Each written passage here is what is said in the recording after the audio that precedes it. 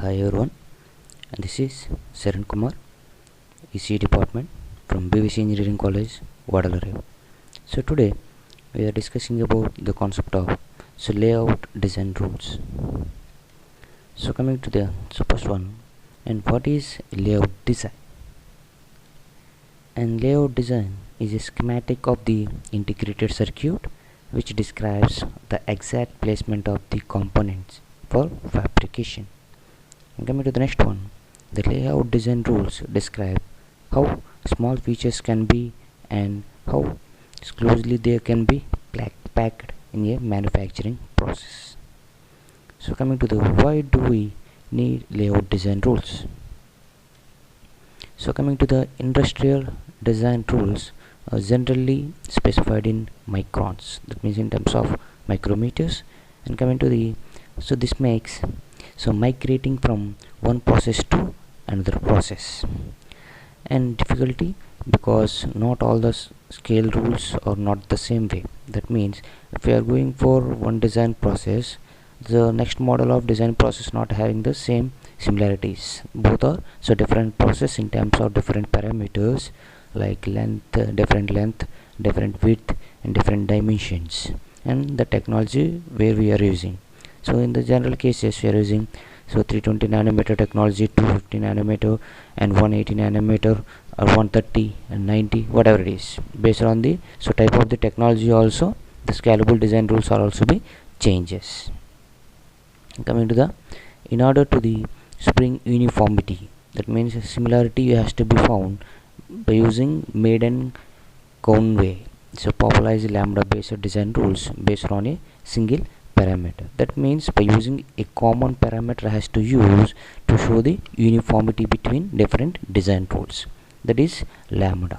So lambda characterizes the resolution of the process and is generally the half of the minimum drawn transistor channel length.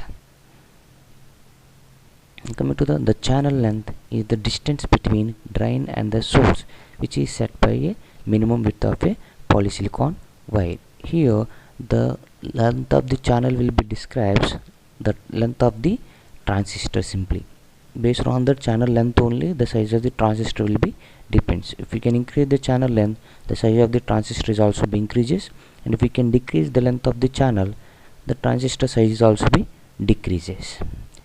And coming to the example, if we can consider a 180 nanometer design process has a minimum polysilicon width of 0.18 microns, and it uses the design rules with a lambda is equal to 0.19, that means half of these microns. And coming to, however, the designers make the scaling layout trivial. The same layout can be moved to a new process simply by specifying the lambda value. The potential density advantage of the micron rules is sacrificed for simplicity and easy scalability of lambda rules. Coming to the designers often describe a process by its feature size. So feature size is described simply the total transistor size. That means how much of size should be occupied by the transistor. Here the feature size refers to the minimum transistor length. So the lambda is of the feature size. The transistor dimensions are always specified by width to length ratio. So in everywhere in the designing rules we describe different dimensions of a transistor. In all these cases, the dimensions of the transistor should be represented within the notation of width to length ratio, like 1:2, 1:1, 2:1, like that. If we can consider the width to length ratio is 1:2, that means the width should be 1 and length should be 2 times of the width, like that. And coming to an example, in 0.6 micrometer technology, width corresponding to 1.2 micrometer and length to 0.6 micrometer. In digital systems, the transistors are chosen to have minimum possible length because short channel transistors are faster, smaller, and consume less power. So simply we can refer this point, the transistors are chosen to have minimum possible length. Because of this minimum possible length, the transistor of this, the size of the transistors are also be reduces. Similarly, the speed should be increases in terms of faster in the sense the speed should be increases, smaller in the sense the area should be reduces. The main parameter is power, the power is also be reduces. So coming to the what are the different design rules we have. Basically we have three different design rules. Those are so lambda based design rules, so 2 micrometer design rules, and 1.2 micrometer design rules. Most commonly we are using so lambda based design rules. And coming to the these are the simple different parameters which are used in the so design process using lambda based rules. And coming to in this case, here this column represents all these for the stick diagrams and all these for the layouts. And see here, and this is the notation for end diffusion. And simply you can observe here the difference, and this is end diffusion. And similarly for the feed diffusion, simply here we are using simply forward slashes. For the feed diffusion, the distance between two forward slashes should be somewhat larger than the diffusion in the end diffusion. That is the only difference, that is the only notational difference between end diffusion and p diffusion. Simply I will discuss once again. And here this is the notation for end diffusion. The p diffusion is also be similar to like this, but for p diffusion the distance between these two so forward slashes should be somewhat larger than the so end diffusion. And coming to this is for p diffusion, and this is for metal. So metal having different metals, metal 1 and metal 2, and this is metal 1, they are representing vertical lines, and for coming to the metal 2 we are representing horizontal lines. And this is about a contact cut, and this is a round dot, that is also be a contact cut, and that represents in stick diagrams, and this is contact cut for layouts. And so see here, and coming to for the end diffusion we are using a green color notation, and for polysilicon we are using red color, that is color representation. If you are not using any colors, those comes under monochrome.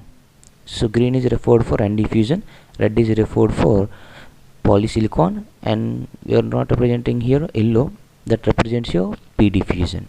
And for metal we are using blue. And here these are implants. Here the implants can be used for the depletion mode transistors. Now we can discuss about it. And coming to see this, these are the different so enhancement mode so transistors.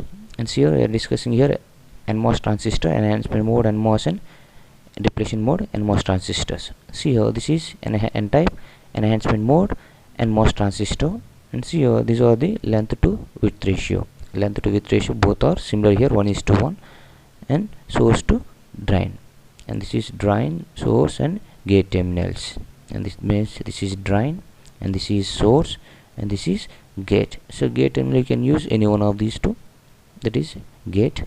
And coming to see this is any transistor should be formed by the combination of one polysilicon and some second material is the diffusion.